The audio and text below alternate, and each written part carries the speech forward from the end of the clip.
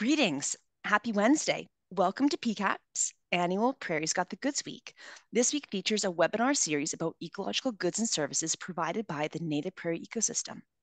My name is Caitlin Rose Seiler, and I am the Stewardship Coordinator with Saskatchewan Prairie Conservation Action Plan, or PCAP. Today, Sherry Punick Murphy, chairperson with Bee City Brandon, will be speaking about pollinators, plants, and people, and I'm personally really excited about today's presentation. Before we begin, I'd like to state that we respectfully acknowledge that we are on traditional territories of many Indigenous nations and communities, past and present. For millennia, they've worked to protect these landscapes and the life these areas sustain. I'd like to thank these original caretakers and acknowledge the ongoing work and presence of Indigenous peoples in Canada today.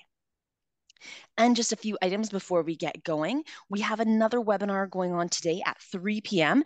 about tracking grassland change in Canada, USA, and Mexico by the Canadian Forage and Grasslands Association. And join us tomorrow for a webinar about grazing and carbon storage by Dr. Edward Bork, and that's at 12 p.m. You can register for these webinars on the PCAP website.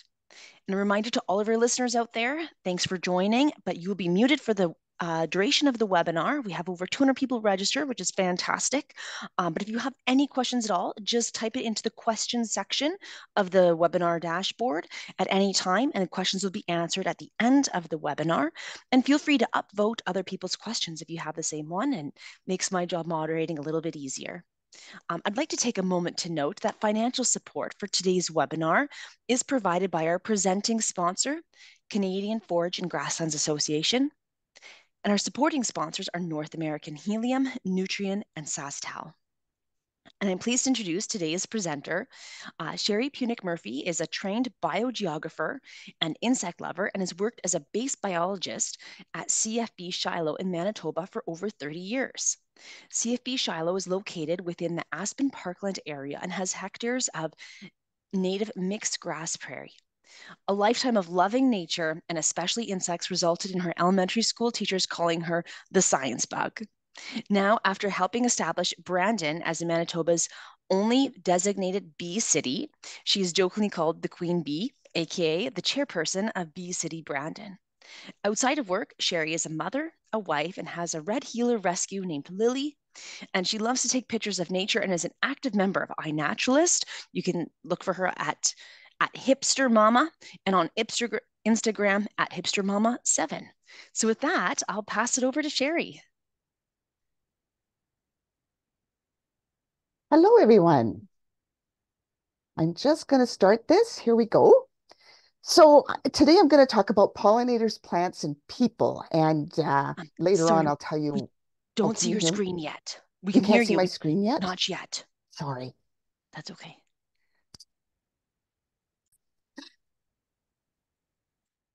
Thank you. Thank you for that wonderful introduction.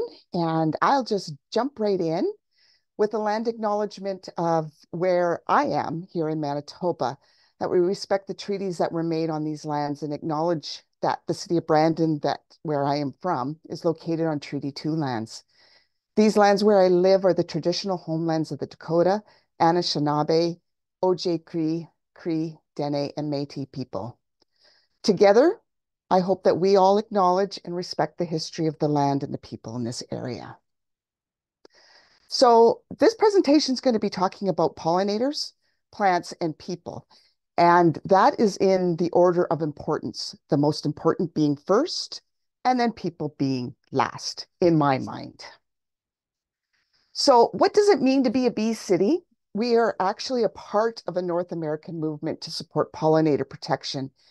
And it's about a collaboration for establishing and maintaining healthy pollinator habitat within cities. It helps to raise community awareness about the diversity of pollinators and the benefits of utilizing native plants in habitat protection and in our own yards. So a bee city sets as an example to inspire the residents, especially here in Brandon, that they also have a role to play in biodiversity and what they can do. Pollinator habitat creates beauty, and the selection of pollinator-friendly plants include trees, native plants, herbs, vegetables, which also provides food for us humans. Bee City improves its municipal environment and the physical and mental health of Brandonites by connecting people with nature. So our commitments, I always say that there's like three parts. We have to educate the public on native pollinators.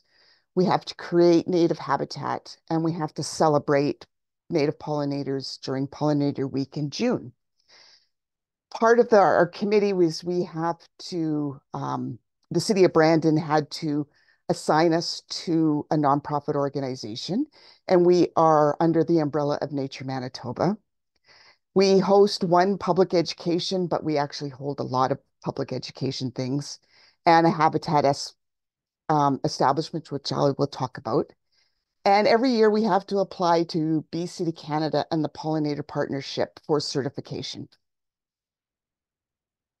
So Bee City Brandon, we actually went to City Hall and talked to council, told them about Bee City. We thought that Bee Town would be a good Bee City.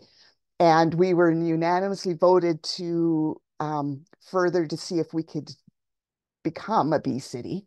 So we ended up being Manitoba's first Bee City, and I think we still are Manitoba's only Bee City. We were 15th in Canada, and now I think there's over 60 in Canada. And this beautiful logo that we have was designed by Muriel Doucette, and she's a local artist here in Brandon, and she kindly gave us her artwork to use as our logo, which is just stunning.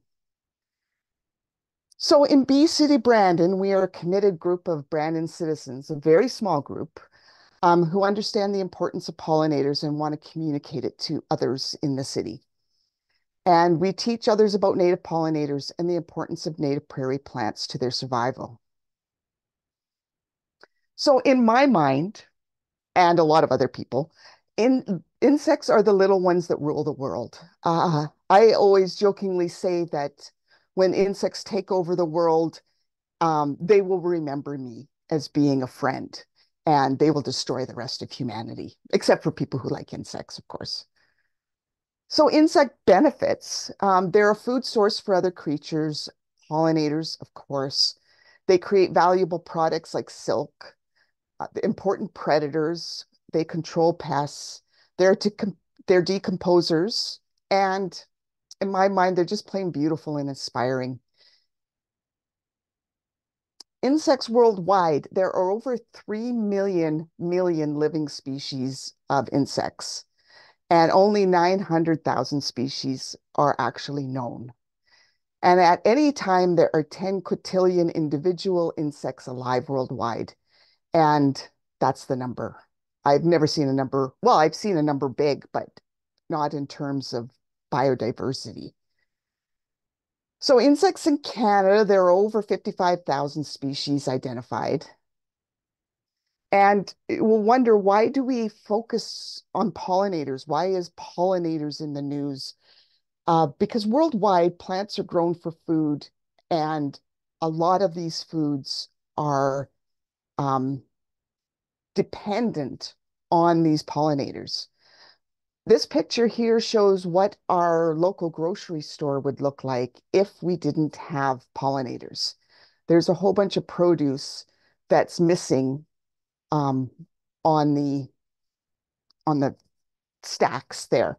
So when I talk about this, especially when I talk to kids, I talk about there's no apples, there's no bananas, blueberries, chocolate. The adults, I always stress the coffee. That seems to be something that everybody gets really upset about when they find out that they couldn't have coffee. So there are over 200,000 pollinators worldwide, and there are very different types of pollinators. Butterflies are pollinators, not as effective as bees. Uh, a water source is very important to butterflies, so they feed on the nectar of various plants, and the pollen gets stuck on their wings. Now, moths are distinguished from butterflies by their feathery antenna, and their bodies are quite hairy. And most people don't like moths, but they're beautiful creatures. And most of them are usually active at night, and they're attracted to strong smelling, sweet plants that open later in the day.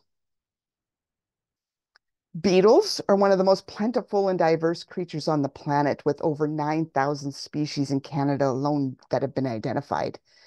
They tend to pollinate large, strong scented flowers and have their anthers and stigmas exposed.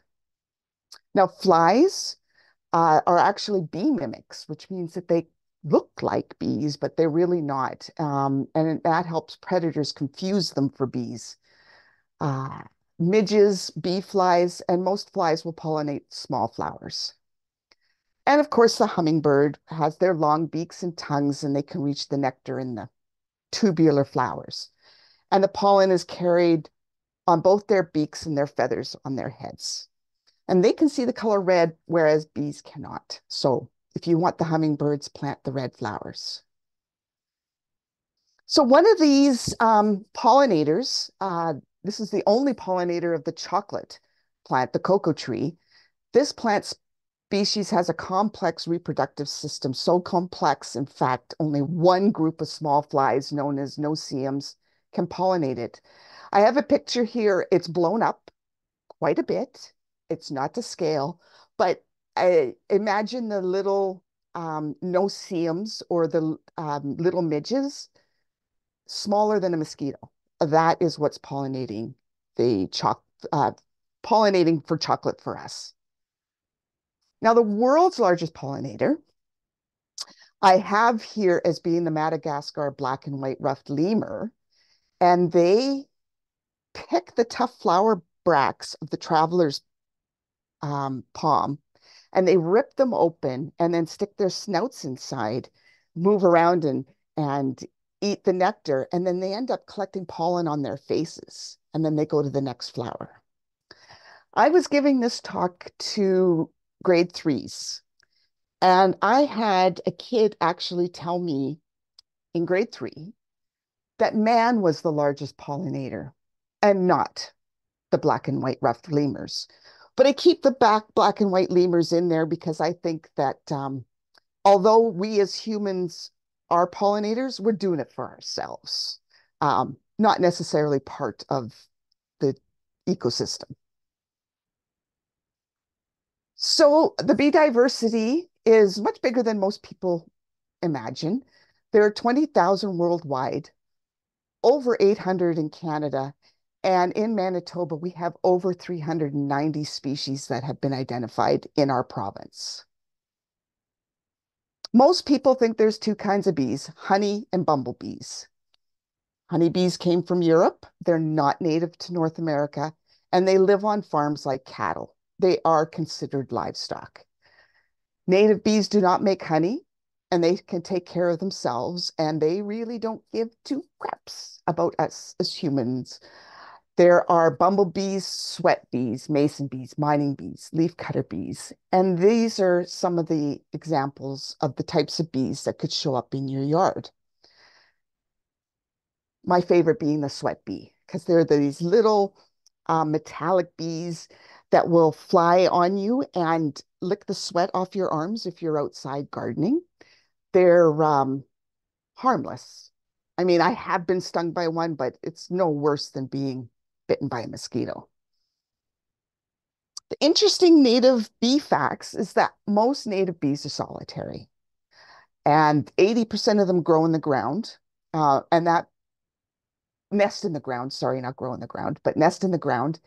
Most people, that blows their minds because they just think of hives, but the majority of bees that we have will actually nest underground. 20% will nest in wood, in stems, and each species has a different nest architectures. As usual, females do all the work after they mate, the males die, and the females collect the pollen, lay eggs, and build nests.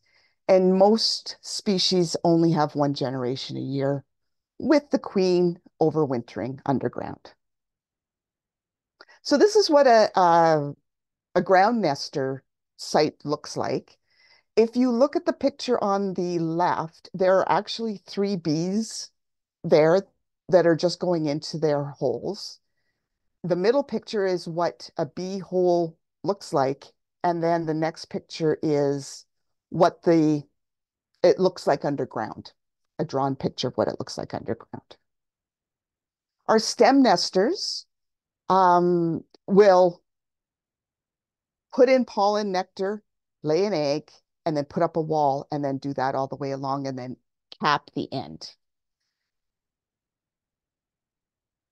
So one interesting fact, as I was saying, that we have now over 390 species of bees in Manitoba, and mainly because Dr. Jason Gibbs, an entomologist from the University of Manitoba, has been collecting bees in the last 5 or 6 years in Manitoba and has increased our list of native species.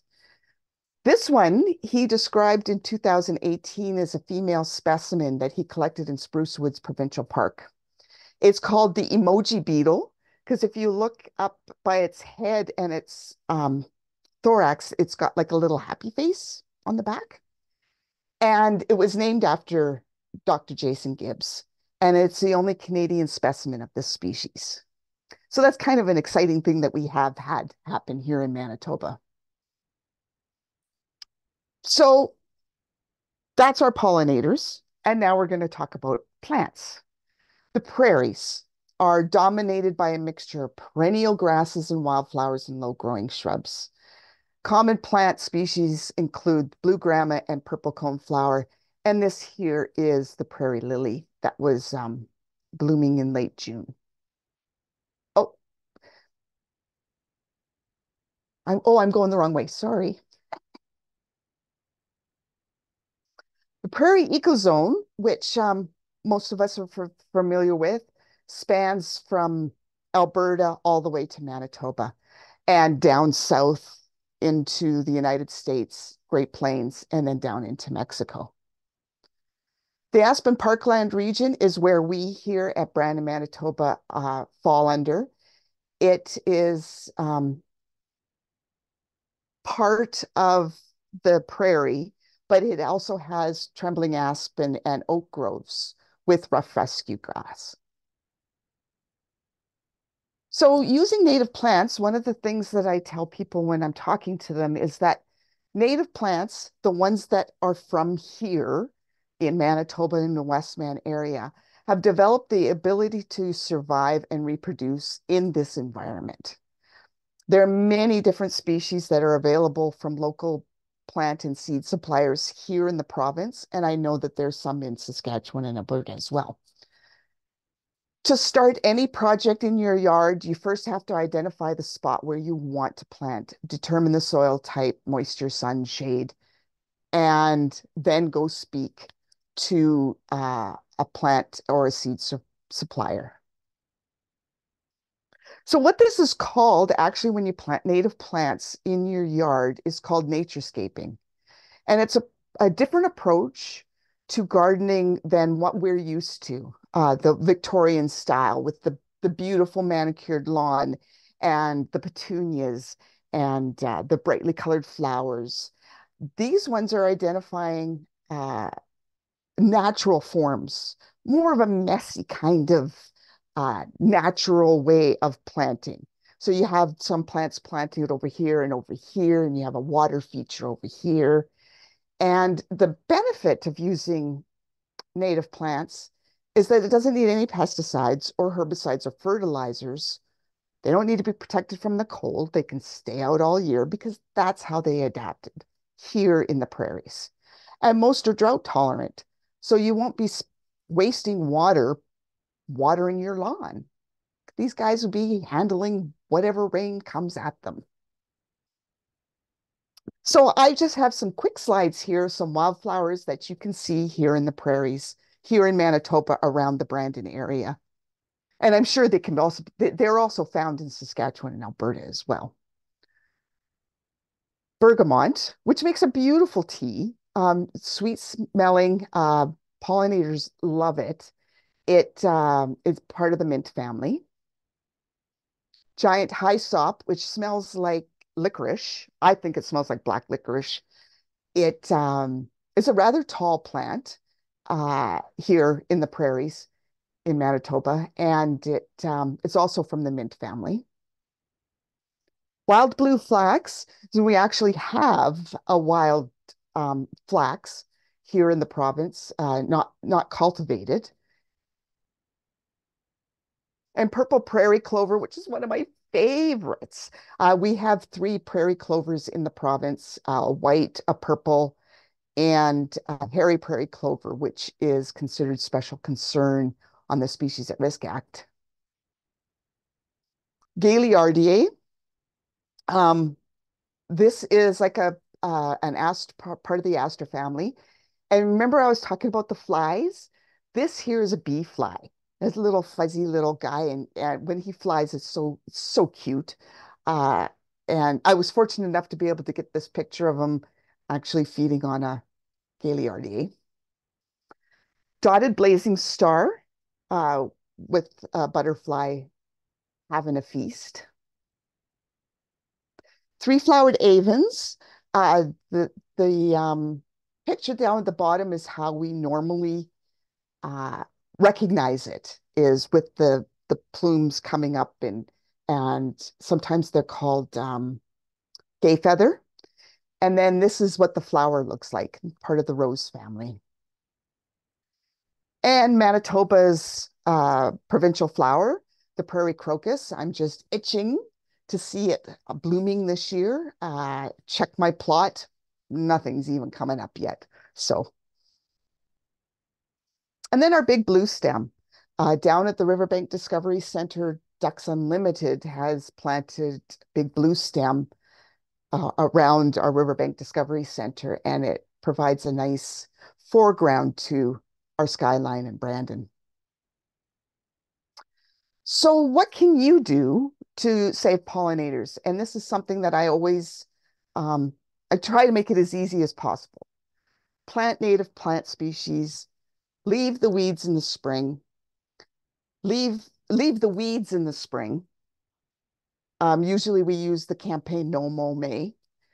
Leave the leaves in the fall, leave some bare ground so that the queens have a place to nest, and provide some water. All animals need some water.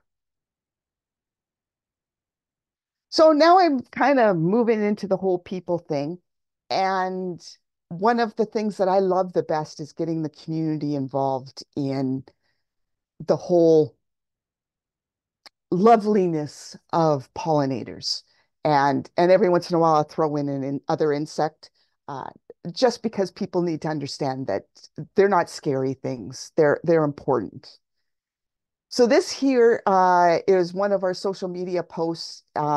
We do this hashtag BDNB sighting on social media, and we encourage people to use that hashtag on Facebook and Instagram, and then we give a prize. We do a random draw of people who have put pictures on and hashtagged it. And this was actually my first one for 2022. So on our committee, we also had an English professor who specializes in bees in literature. So she had a whole series on our social media, Instagram and Facebook, that those are the two that we use the most, of books that she has read and given a review on about pollinators. We also celebrated World Bee Day with the Dragonfly Delights Tea Room and had high tea with treats that were made with honey. And I know that that's honeybees, but we were there to kind of explain that, honeybees are livestock. This is our native bee population in Manitoba, and kind of just provided as a way to educate people. And the tea was great. Brandon loves bees. We work with our Brandon Shoppers Mall to uh, have a booth and talk about bees. And we also had an art show where we encouraged people in Brandon to give us their artwork. And at Brandon University, they had a gallery that they put up all this artwork of from kids as young as 3 to adults to whatever age they were, creating pollinator uh, artwork that we put on display. And it was up for almost a year, I think. And we also celebrate other pollinators. This is just a social media uh, post about bees, about moths. Uh, Everybody thinks because it's Bee City Brandon that we only care about bees, but it's actually the whole diversity of pollinators. We also, in 2022, which was the year of the garden, also created a buzz for Ukraine. And we encouraged people in Brandon to plant sunflowers, which is the flower of the Ukraine, to show our support for the troubles that they were going through and still are. We also have the City Nature Challenge. And I'm not sure whether many have heard about this, but it's through iNaturalist. And unfortunately, it's at the end of April, beginning of May here in the prairies, which there's not that much out at that time. But through the Canadian Wildlife Federation, they also do a BioBlitz in the summer. And we participate in this nature challenge. We also have a habitat projects that we've created. This is with partnership at the Riverbank Discovery Center. And this is the second year where we see all the yellow flowers out looking towards the city. Those were planted 2 years ago. And we have the sign that says, "Thank you. Please stay clear, beauty in progress." Because one of the things that we have to keep repeating is that prairie takes time.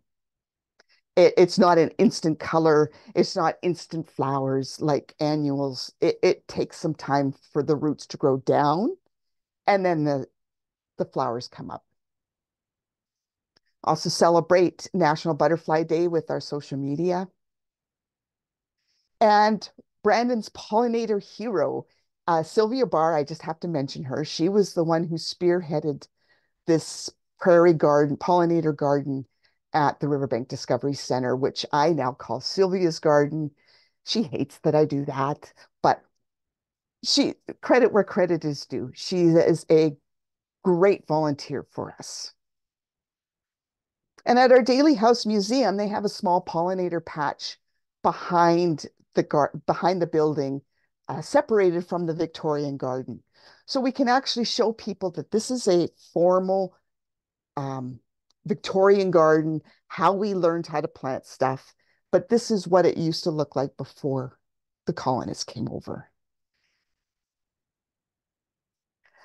And we had in 2020 this amazing contest called Bee versus Bee versus Bee. And we had the city of Brandon choose which bee they thought Brandon's official bees should be. So we had Amegakylene villosa, which is a sweat bee. And we kind of wanted for multiple charges of, no, this isn't sweat bee, this is a leaf cutter bee, sorry. Multiple charges of leaf vandalism. It was kind of cute. We had it all on our social media. It had some play on the radio stations. And this was my favorite, the green sweat bee. This was who I was rooting for. But the one that won was the orange belted bumblebee. And so that is the city of Brandon's official bee. So to carry on with our what people are doing, Eleanor Kidd Park was a park that was created in 1977 here in Brandon, named after Eleanor Maud Death Kidd, who was born in London in 1881. She was a midwife and she worked in England and Italy, and she came to Canada to Portage la Prairie before World War I. And she moved to Brandon. She continued working. She married a barber. And in 1947, she founded Brandon's first Humane Society. And she worked there without pay for over 20 years, organizing fundraising campaigns and caring for stray animals. And she passed away in 1978. And the city of Brandon uh, created a park after her, like named a park after her. Eleanor Kidd Garden was opened in 2002, and it was a formal garden park, and it was maintained by the Brandon Garden Club and the City of Brandon Parks Department. It had numerous perennial gardens, performers stage, a water feature. It was absolutely gorgeous. There's some pictures of some of the planting, and these pictures were taken by a local newspaper photographer. So this was before the flooding. Unfortunately, this is what it looks like after the flooding. Uh, there was no way that they would be able to bring it to its prior glory. It's too close to the river, too many flood events, and the city of Brandon wanted to do something with this area because it has infrastructure. It has some trees that survived the flooding, and they offered it to Bee City Brandon to make into a pollinator garden. So the city of Brandon went in, the Parks Department started cleaning up. This is part of the cleanup. And 2023, after the city cleaned it up and our volunteers went and weeded all the flower beds, they're working really hard. You can see that it's been a few years since it had been maintained. So we have a lofty vision for Eleanor Kidd Pollinator Gardens. And here's where the pollinators, plants, and people come in. This garden is going to be made for pollinators and native plants. And it just so happens that we will allow people to be in. And what we want is we want Indigenous input and teaching so that the people that do come, they will learn about the indigenous uses of plants. We want a multi-year plan of action. We're concentrating on native prairie plants from this region. It's going to be maintained by volunteers, a very big educational component, and about native pollinators as well as native plant species. And eventually, we'd like to showcase pollinator-themed artwork in this space. So I'm just going to end up with our citizen science and iNaturalist. It has nothing to do with Bee City Brandon. It's just my own passion. There's a City Nature Challenge going on in April 26th to the 29th. It is an international City Nature Challenge. Just Google City Nature Challenge and you'll see that it was started in Los Angeles and San Diego, I think. Two cities competed against each other using iNaturalist to see how many species they could find. And now it's spread over the globe. So here in Brandon, we have our little Brandon City Nature Challenge. At this time of year, this will be our third year, I think. Not much is blooming or very many insects at this time, but it's nice to get people out and using this app.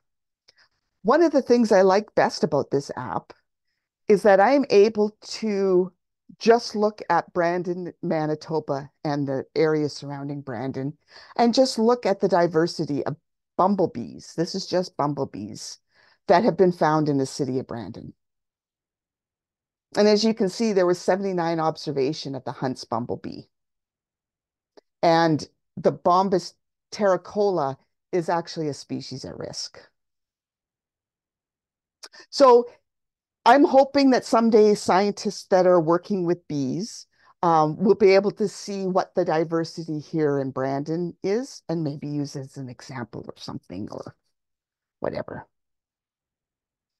So to end, I would just like to say we all have an innate drive to connect with nature, and there's so many different ways we can do it and still live in the city. And so I have credited all of these wonderful places that have helped me create the presentation. I've stolen stuff from them. And of course, we wouldn't be who we are without the city of Brandon and Nature Manitoba and Brandon University. And that ends my talk. If you have any questions, or if you would just want to dance around the maypole, um, go ahead. Thanks, Caitlin. First of all, thank you. Your pictures and slides were beautiful. Oh, Really, really thank you. nice. So, and thank you so much for the great presentation. It was so informative. We've got a couple questions here already. And to any of our attendees, if you have any questions, just type it into the Q&A section there. So the first one, does Bee-City Brandon provide any services to project developers to implement pollinator strips, maybe on farmers' fields? Do you have any resources available that way? I know that Agriculture and Agri-Food Canada actually has a program for that. We don't, but there are resources on xerces.org, xerces.org, and they do actually have planting lists for different areas in Canada and the United States. That would be very useful. That's a great resource there. I think I shared the Xerces YouTube channel on our social media. If I haven't done it yet, it's like scheduled to come out this week because their webinars about invertebrates are pretty phenomenal too. So the Xerces Yes. Society is a great resource. Yeah. The next one from a listener named Mike, he says, what are some branded organizations that partner actively in maintaining Bee City status, such as selling native seeds? We actually try to make sure that we are getting out into the community. So our Brandon Naturalist Society uh, helps out. The garden clubs, uh, the community gardens, our local food bank. Uh, we're a we're a city, but we're a small town, and it's all the same people that are running around doing their stuff, and we all sort of kind of back up on each other, and it's quite a community of people. And oh, Sustainable Brandon is another committee, and we used to have a Brandon Environment Committee that was involved. Um, I don't want to name any more because I might miss somebody. It sounds like there's lots of places that are involved, that you have quite the network there. That's Yes. Oh, fantastic. and the greenhouses Okay. are embracing the idea of native plants and want our input to help uh, people pick because they know that people are now becoming cognizant that they should be planting native plants, but they don't Mhm. know how Yeah. or they don't know what to plant. Or So we even kind of where to talk get to it, right? Like, exactly. yeah, that's great to go to the greenhouses and get them on board. Yes. Awesome. Well, good for you guys. Our next question here is from Mary Jo. How small of an area can you use to grow a pollinator garden? And she says, I'd like to approach my apartment complex about planting one near our entry doors. You know, they can be any size. I had one where I work that was 3 feet by 3 feet, and it just had native plants. It takes a while for the plants to come up. As I said before, they grow down before they grow up. And we had a beautiful, beautiful garden. We had some sunflowers and um, gaillardier, and I only know the scientific names, and I'm having a hard time coming up with the common names. A bedstraw and some roses, and it was just a small little area. That's great.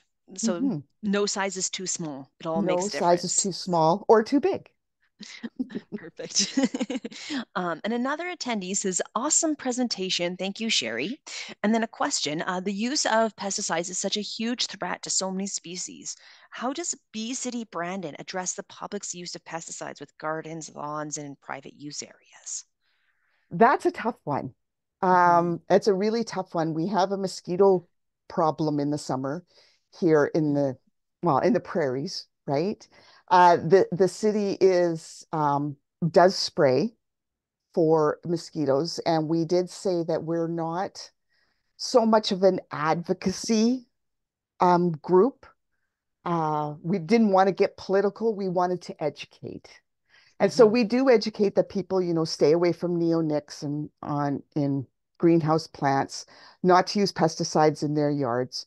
But we're not going to be a group that will be attacking the city of Brandon, saying no to using pesticides and herbicides because we want to be informative and friendly, just like the bees, and want to make sure that people are doing the right thing and not being pushed into it.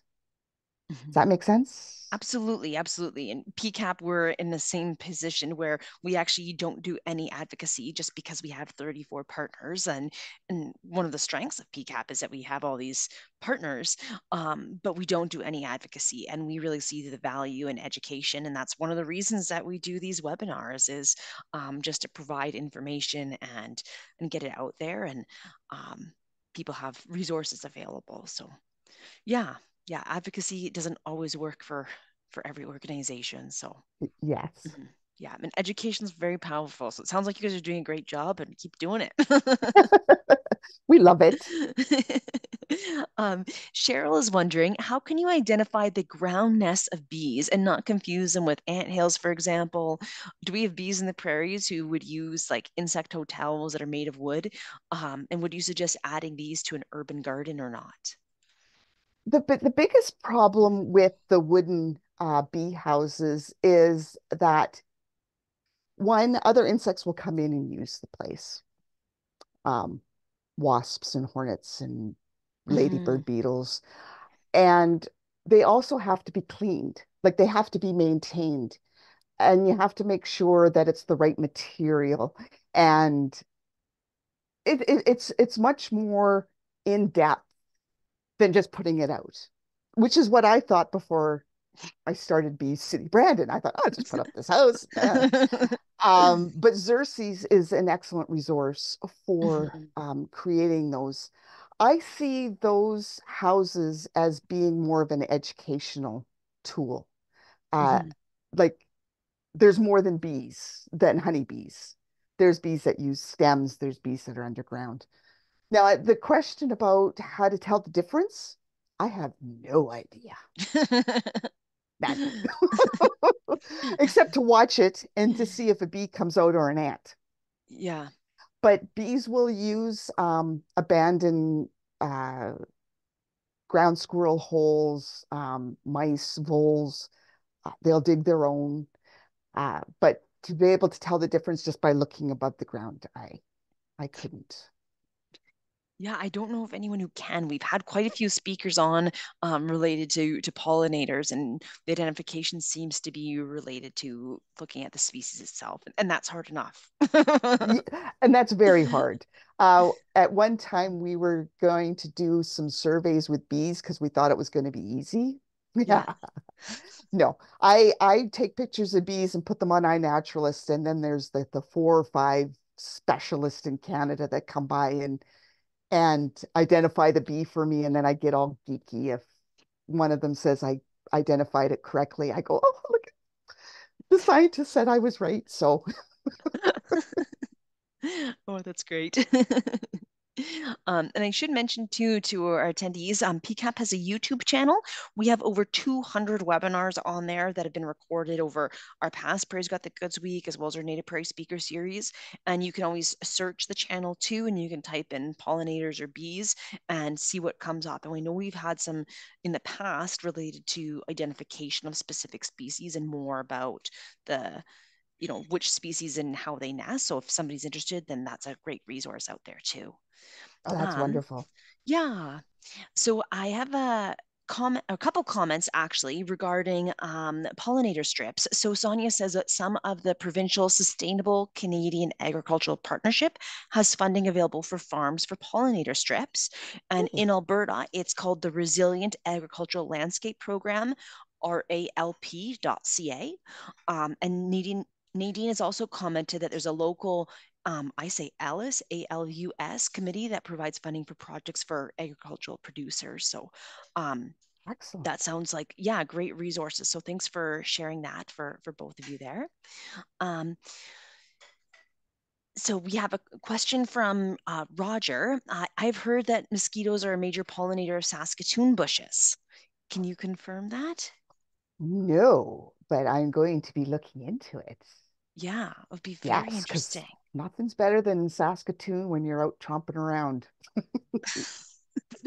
I don't chomp around for Saskatoons, I just buy them, but I Well, I mean, appreciate that's that one of the someone. benefits of hiking is when you come across a Saskatoon bush and you go, hmm. So no, I didn't know that. I have never heard that, but I will take a look because I'm sure if that is the case, it will be part of my presentations in the future. Yeah, yeah, that would be really good to know. And maybe it would help people appreciate mosquitoes a little bit more. Yeah, because I get asked all the time, what is the benefit of mosquitoes? And it's like, they feed Yeah. dragonflies. We all love dragonflies. So yeah, it would be nice. Well, and cocoa. I mean, that's the Mhm, same family, but we don't mhm. have cocoa trees here. So Yeah, yeah.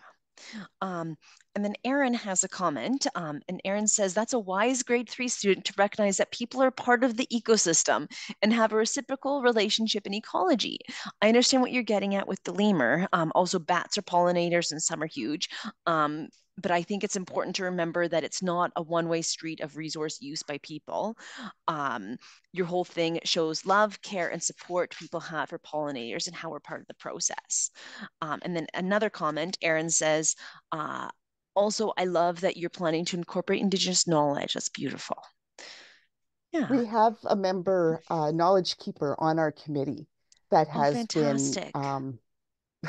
absolutely amazing and giving us little tidbits of stuff for our Indigenous teachings. So it's just mesmerizing being in his presence, actually. Oh, that's great. And we had a comment come in from Gail. Um, and Gail says mosquitoes also pollinate some orchids in Saskatchewan and Alberta. Yeah, so there we go. That's we Thank like you. orchids. Yeah. And I should mention that Gail did a webinar for us. It was like peak COVID in 2021 about how to actually grow native plants and like how to stratify the seeds and that whole process because it's not that simple as just putting seeds in the ground, right? So Gail has that webinar available on the PCAP YouTube channel from way back in 2021. And I was actually digging it up. We had a presentation yesterday about urban centers. I thought, oh, it was such a great resource. So I just thought I'd mention that. I'll make sure that we put a link in our on our webpage. Yeah, that would be Yeah. fantastic. Um, so I think that's all the questions that we have right now. I'll give everyone another minute if you have any last questions for Sherry before we wrap up our webinar. Feel free to type it in now. It's not often we get through all of them, so it's really exciting. And I should mention to everyone that we have been recording today's webinar, and we will also be putting it up on the PCAP YouTube channel in the near future, potentially as early as today. If not today, then first thing tomorrow. And we'll post when it's recorded on our social media as well. You can also subscribe to our YouTube channel so then you get notified every time we have a new webinar that's uploaded there. And we have like I think almost 900 subscribers right now. So that's pretty neat. And it's a great resource, our YouTube channel with over 200 webinars. Oh, we have a question that came up. Um, Mary Jo says, how do you prepare raw dirt for plant pollinators? Do you know anything about that or? No, I'm not much of a gardener. I'm Mhm. more um, the educator part of Bee City Yeah. Brandon. But where I work, Hmm. and native plants are growing in nothing. They're growing in sand. So there's really not that much prep. I mean, you would have to dig the soil up, water it, do that sort of stuff, but you don't need to add in um, peat moss and fertilizer and all that sort of stuff. Hmm. Okay, that is good to know. Well, I think that's all the questions that we have right now, but we've had quite a few people write in to say great sides. Thank you. Thank you for a wonderful, inspiring talk, and thank you so much. So I just want to pass on some of those comments there. And Thank you. yeah, thank you so much, Sherry, for sharing your passion and enthusiasm with us. It's been really inspiring to see the amazing work that Bee City Brandon is doing. So thank you very much. You're welcome. And It was thanks, great. I thought it was great too. Thanks everyone for catching today's webinar. Hopefully I'll see you back on at 3 o'clock, otherwise tomorrow at noon about grazing and carbon storage. And with that, thank you so much. And oh, when you leave today's webinar, there'll be a quick 1 minute survey. If you don't mind filling it out, then we actually read that information. We want to know who is catching our webinars. We can report back to sponsors. And even if you're an ordinary woman with a big dream that seems to attend a lot of our webinars, we appreciate hearing from you. We just like to know where people are coming from and how much they enjoyed it and any suggestions for the future. So thanks so much, everyone, and have a great rest of your day. Bye.